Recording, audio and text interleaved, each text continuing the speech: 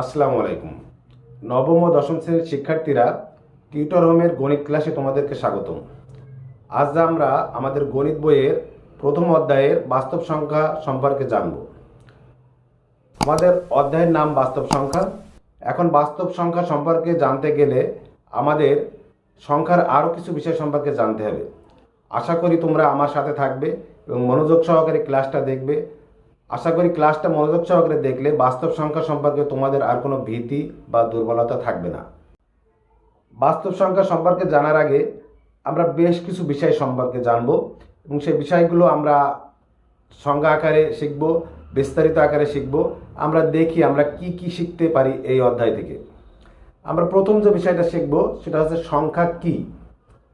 এরপর আমরা সংখ্যার ইতিহাস, সংখ্যার প্রকারভেদ, আমরা এই টপিক সম্পর্কে কিছু রিলেটেড প্রশ্ন, এরপর আমরা ভগ্নাংশ ও তার প্রকারভেদ, দশমিক ভগ্নাংশের প্রকারভেদ, মূলদ সংখ্যা, অম্লদ সংখ্যা, মূলদ সংখ্যা ও অম্লদ সংখ্যা চেনার উপায়, মূলদ সংখ্যা ও অম্লদ সংখ্যার পার্থক্য, বাস্তব সংখ্যা কাকে বলে, বাস্তব সংখ্যার প্রকারভেদ এবং সর্বশেষ আমরা প্রমাণ করব √2 একটি অম্লদ সংখ্যা।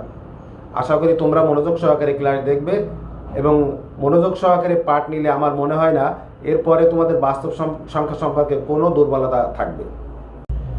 সংখ্যা সংখ্যা হলো পরিমাপের একটি বিমূর্ত ধারণা। সংখ্যা হলো পরিমাপের একটি বিমূর্ত ধারণা। এখন সংখ্যা কি দিয়ে তৈরি হয় বা সংখ্যা কিভাবে তৈরি করা হয় সেটা আমরা দেখি। সংখ্যা তৈরি করার জন্য আমাদের অঙ্ক প্রয়োজন। অঙ্ক কাকে বলে? সংখ্যা প্রকাশের প্রতীকগুলো যেগুলো আমরা ব্যবহার করি তাদেরকে অঙ্ক বলা হয়। তাহলে সংখ্যার পুরোপুরি সংখ্যায় যদি আমরা যাই তাহলে আমরা বলতে পারি 10টি অঙ্ক সহ আরও কতকগুলি চিহ্নের যেমন দশমিক বিন্দু, বর্গ, বর্গমূল ইত্যাদির সাহায্যে যা তৈরি করা হয় তাকে আমরা সংখ্যা বলি। আমি আরও একবার সংখ্যাটা বলি।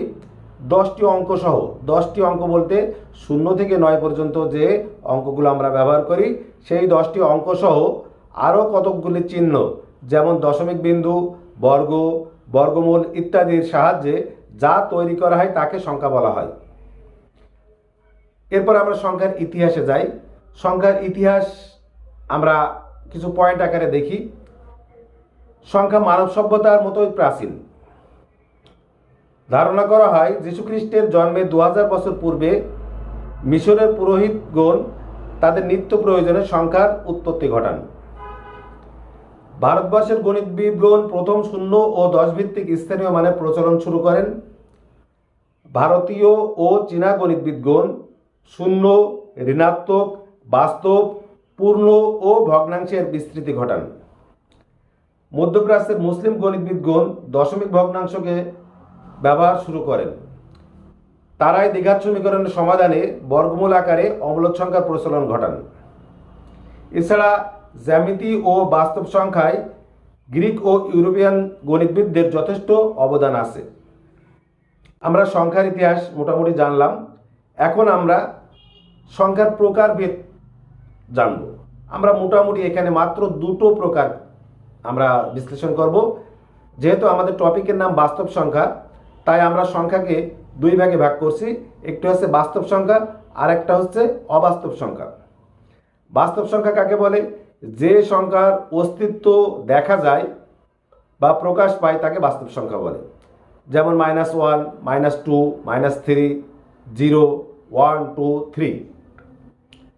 আর অবাস্তব সংখ্যা যে সংখ্যার বাস্তব কোনো প্রমাণ নাই, স্বীকৃতি নাই, দেখা যায় না তাকে অবাস্তব সংখ্যা বলে। যেমন √2, √3 ইত্যাদি। আমরা বাস্তব সংখ্যা সম্পর্কে আমাদের পাঠের শেষের দিকে আরও বিস্তৃত জানব। এখন আমরা আমাদের পরবর্তী টপিকে যাই। আমাদের পরবর্তী টপিক টুকিটাকি কিছু প্রশ্ন এবং তার উত্তর। স্বাভাবিক সংখ্যা কাকে বলে? 1, 2, 3, 4 ইত্যাদি স্বাভাবিক বা ধনাত্মক অখণ্ড সংখ্যা। মৌলিক সংখ্যা কাকে বলে? 2, 3, 5, 7 ইত্যাদি মৌলিক সংখ্যা। যৌগিক সংখ্যা কাকে বলে? 4, 6, 8, 9 ইত্যাদি যৌগিক সংখ্যা।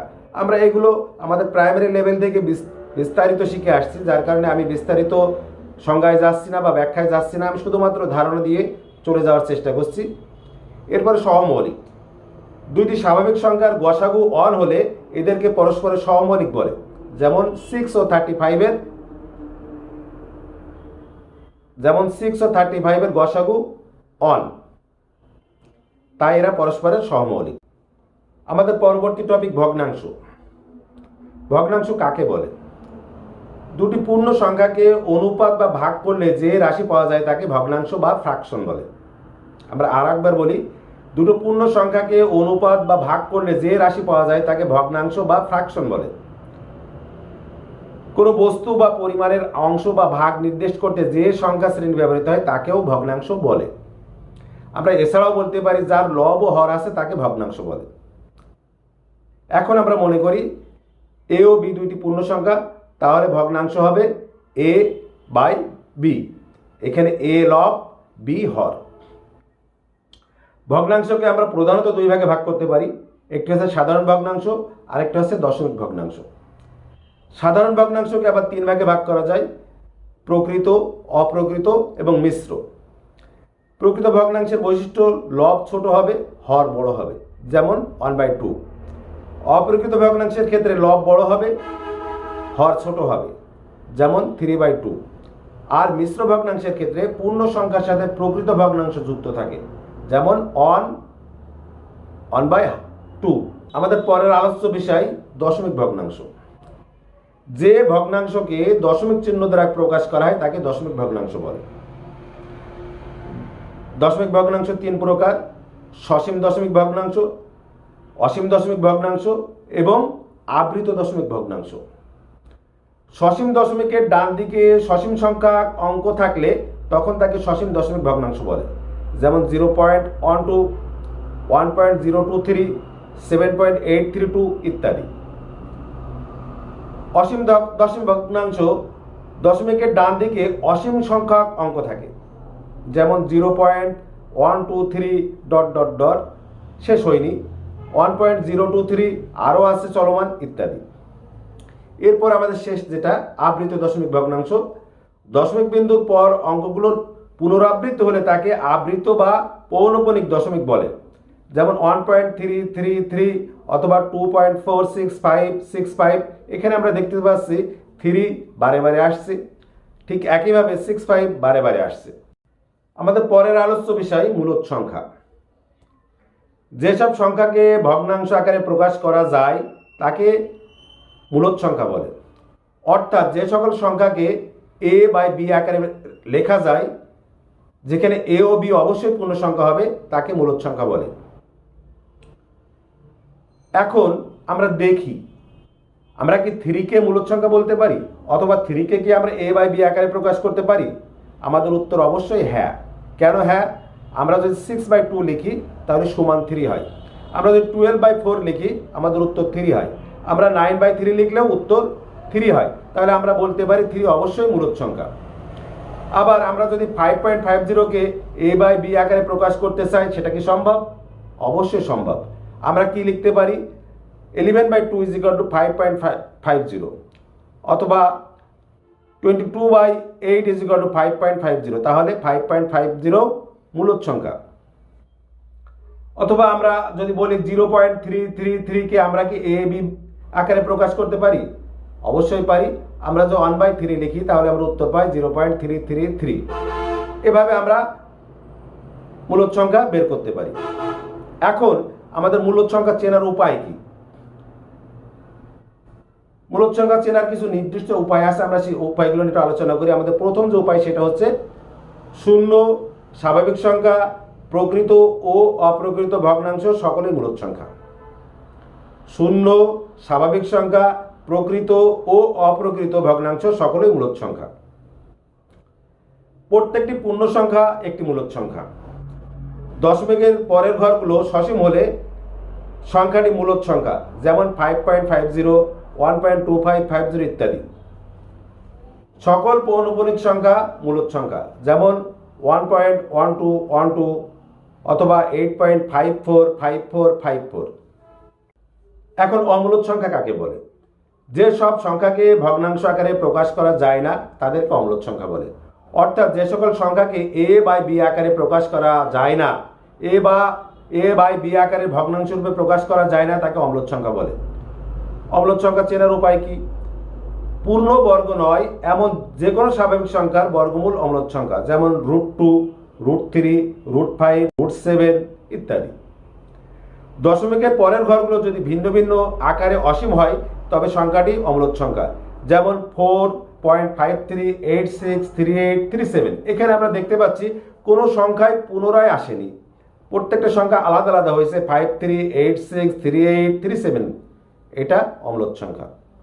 এখন আমরা পরবর্তী যে টপিকে যাব সেটা হচ্ছে মূলদ সংখ্যা আর অম্লত সংখ্যার মধ্যে পার্থক্য। আমরা পার্থক্যটা বলতে পারি এভাবে: যে সংখ্যাকে ভগ্নাংশ আকারে প্রকাশ করা যায় সেটি মূলদ সংখ্যা, যে সংখ্যাকে ভগ্নাংশ আকারে প্রকাশ করা যায় না সেটি অম্লত সংখ্যা। মূলদ সংখ্যাকে এ বাই বি আকারে প্রকাশ করা যায়, অম্লত সংখ্যাকে এ বাই বি আকারে প্রকাশ করা যায় না। যদি দশমিকের পরের ঘরগুলো সসীম হয় অর্থাৎ গণনা করা যায় তখন তাকে মূলদ সংখ্যা বলে, যেমন 5.345 ইত্যাদি। আর যদি দশমিকের পরের ঘরগুলো যদি ভিন্ন ভিন্ন আকারে অসীম হয় তবে সংখ্যাটি অম্লত সংখ্যা। আমরা এছাড়া আরও কিছু পার্থক্যের কথা বলতে পারি। আমার মনে হয় যতটুকু আলোচনা আমরা করলাম তোমরা যদি একটু মনোযোগ সহকারে দেখো, তোমাদের মূলদ সংখ্যা চেনার উপায়, অম্লত সংখ্যা চেনার উপায়, মূলদ সংখ্যা এবং অম্লত সংখ্যার মধ্যে পার্থক্য ইত্যাদি তোমরা খুব সহজে জানতে পারবে। আমাদের আলোচ্য বিষয়ে এবার আসছে বাস্তব সংখ্যা। বাস্তব সংখ্যা কাকে বলে? আমরা বলতে পারি সকল মূলদ ও অম্লত সংখ্যাকে বাস্তব সংখ্যা বলে। প্রিয় শিক্ষার্থীরা, আমরা সংখ্যা নিয়ে আলোচনা প্রায় শেষ পর্যায়ে চলে এসেছি। আমরা একটা জিনিস এড়িয়ে গিয়েছিলাম, সেটা আবার বলি, পূর্ণ সংখ্যা। আমরা পূর্ণ সংখ্যা অনেকবার উচ্চারণ করেছি, কিন্তু পূর্ণ সংখ্যা কাকে বলে আমরা বলিনি।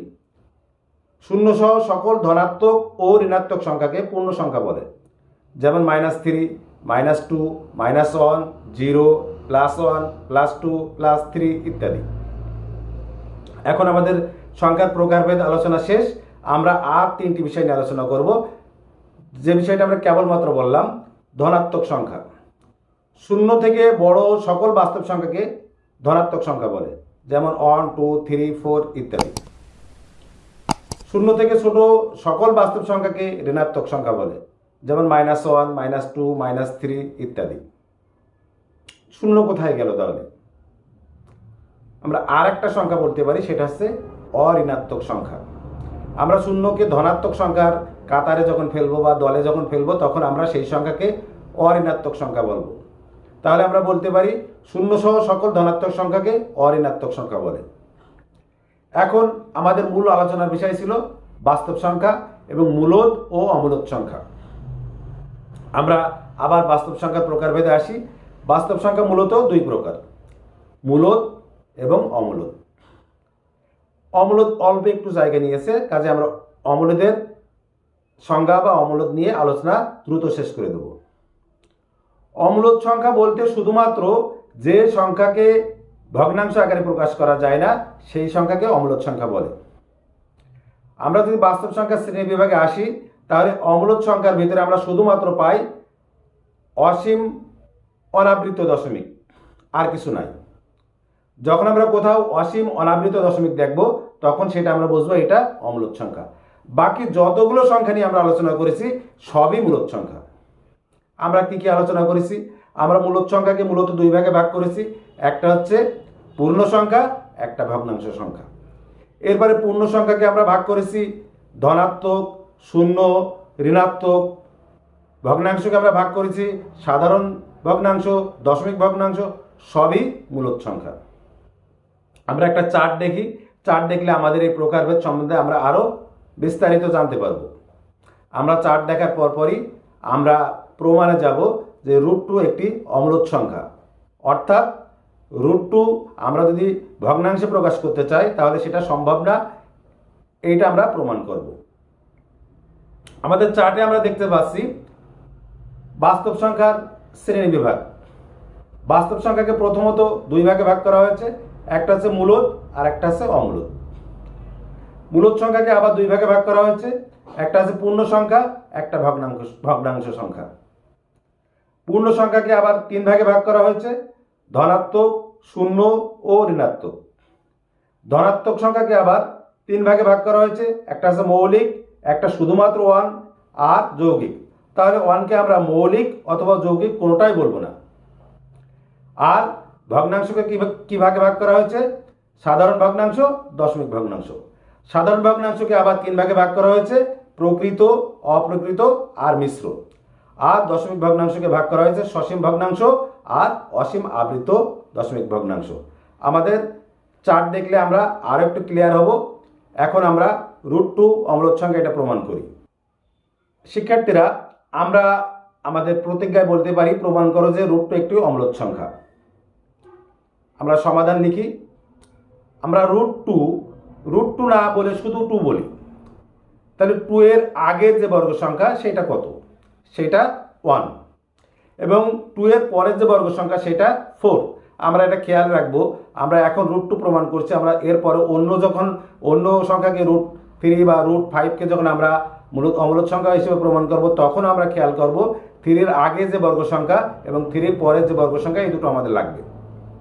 তাহলে আমরা সমাধানে কি আসছি? আমরা 1 থেকে 2 বড় জানি, 2 এর পরের বর্গ সংখ্যা 4, 2 থেকে বড়।